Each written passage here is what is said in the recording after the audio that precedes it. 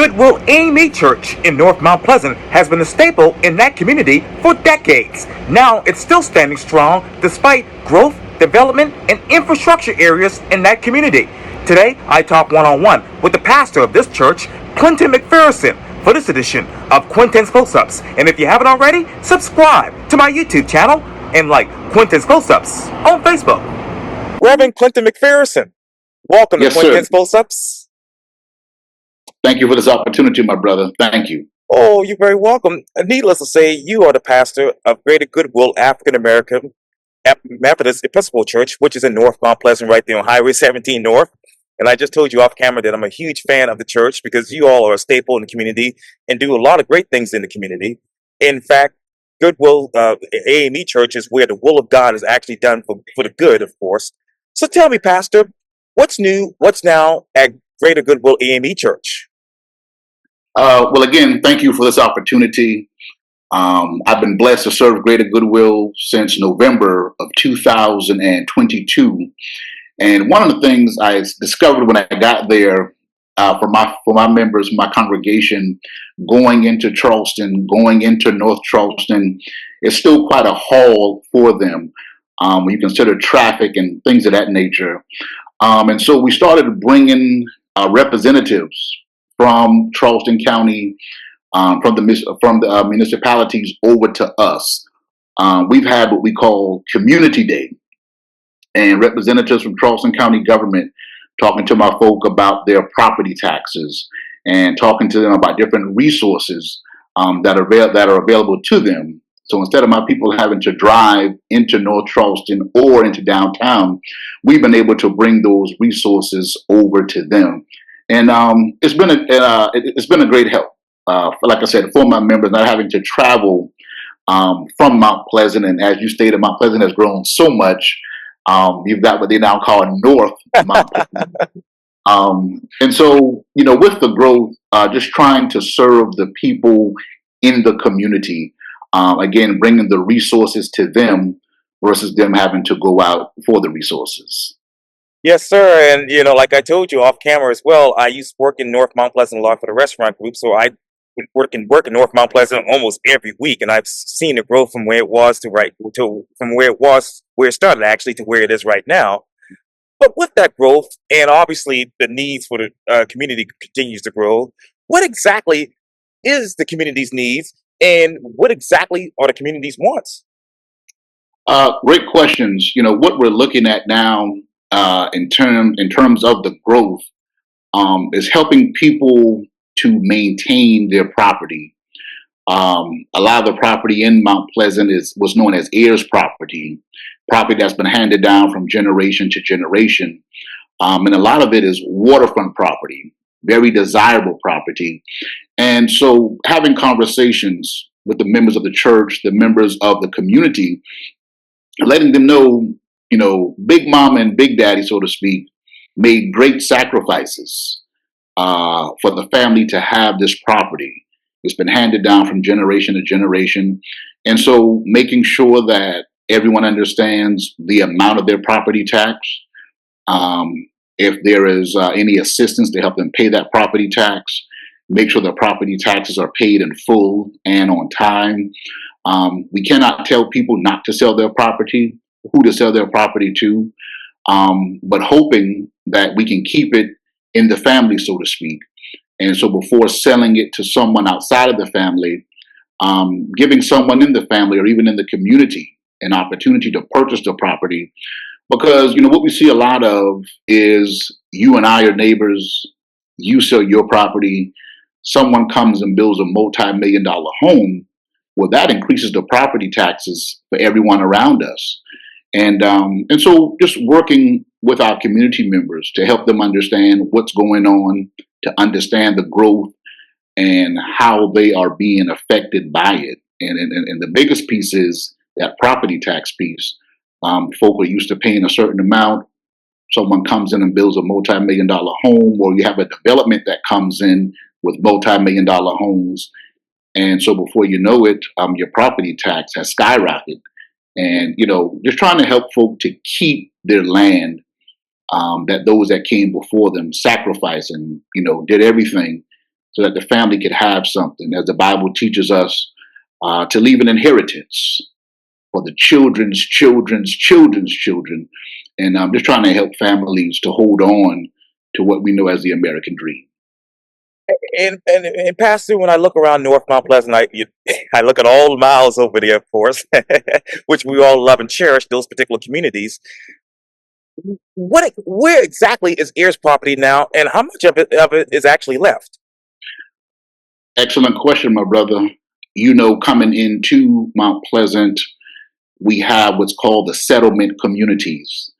Most of them designated by the miles they are from the Cooper River, now known as the Arthur Avenel Bridge, 4 Mile and 6 Mile and 7 Mile, and going out to 10 Mile and Hamlin Beach, 41 or Phillips. Communities where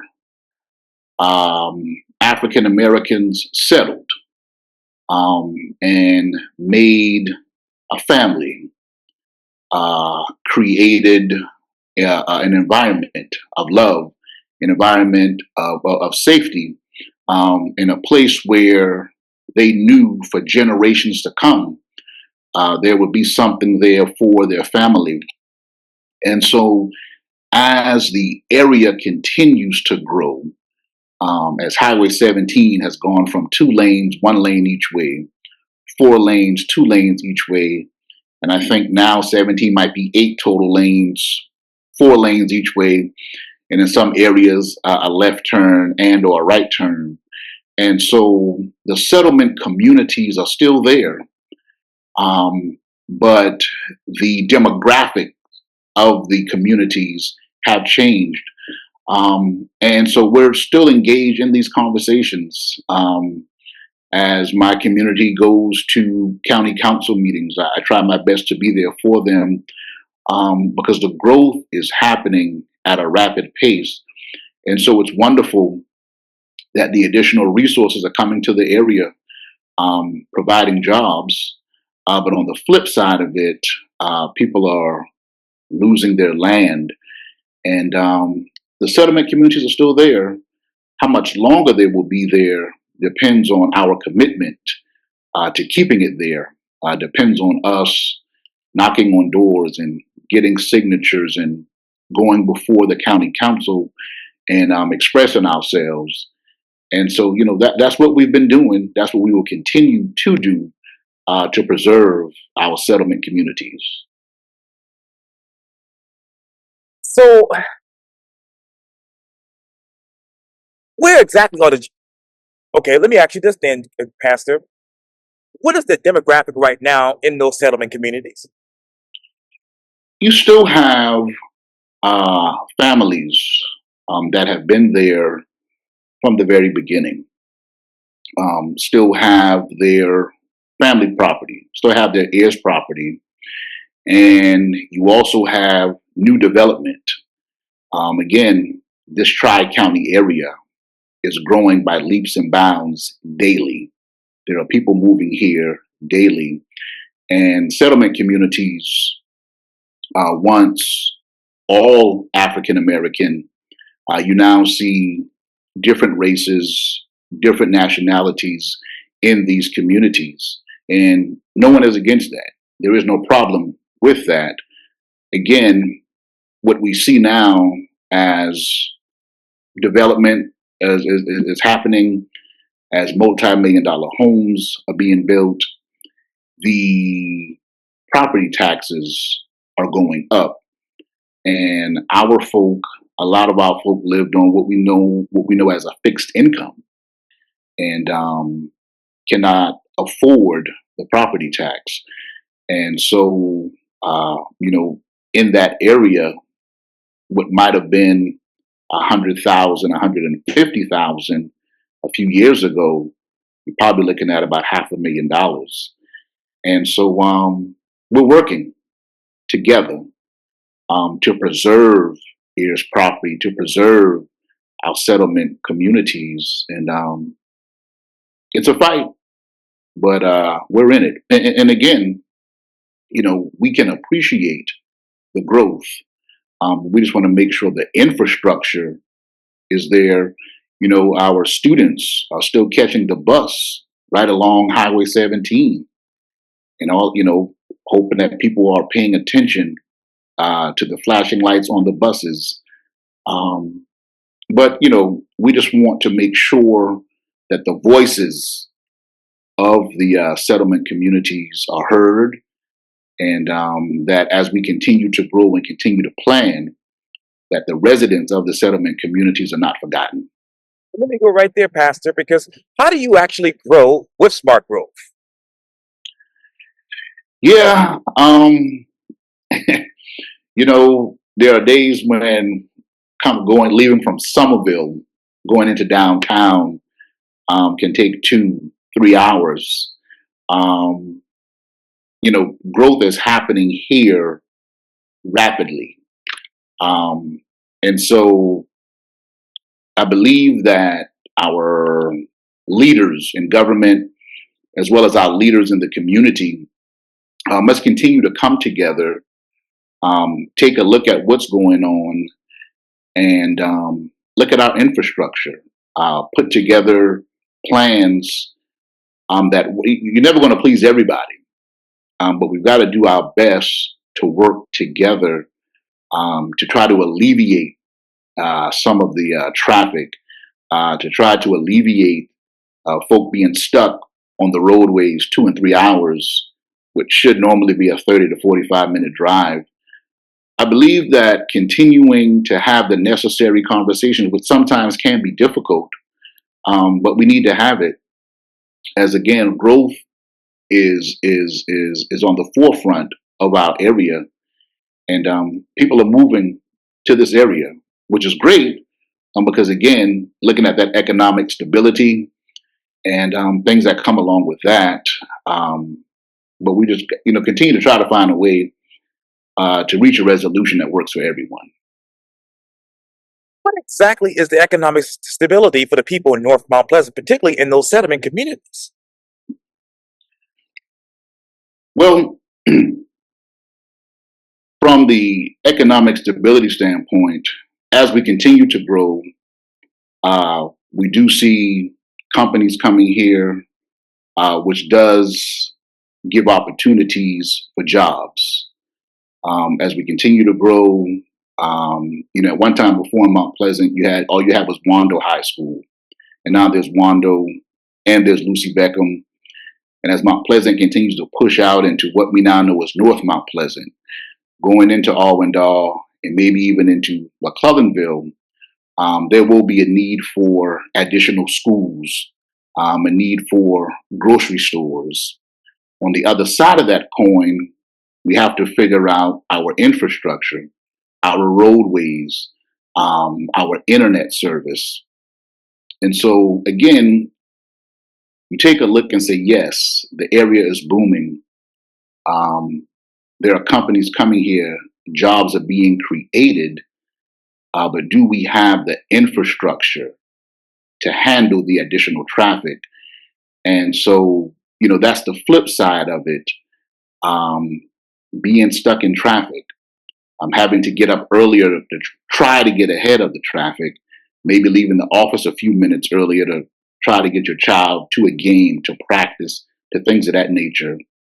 And so the people that are dealing with this every day should have a seat at the table, should have a voice to help us reach the best resolution. Well, should be at the table when it comes to infrastructure, economic stability, and obviously infrastructure. Yeah, what I consider your community stakeholders, people that are living in this every day, walking in this every day, having to deal with this every day, having to consider their schedule every day, to give an idea of what works, what's not working, what improvements are needed. Well, let me take it right there. I'm looking at 17 and 41 where that CVS is and where that other business is right across the street. When it comes to infrastructure in that area, Pastor, what is actually working and what's not working for that area? Well, you as 41 continues to grow, as there is great development happening on 41. I know that studies are being done in regards to traffic in that area. I know recently coming off of 41 to go on to 17 towards your right, they just put in a dedicated right lane Okay. that pretty much runs you down past the CVS, past Sonic, past Dunkin' Donuts, and you kind of merge right as you're passing my church. For right now, if you're on 17 going into North Mount Pleasant, we now have a left turn lane to get into our church. But depending on what time of day it is, to go across those 4 lanes of traffic, folk have to stop. And that is a very busy intersection.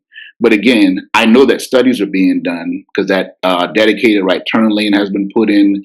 That intersection itself has been widened. And so,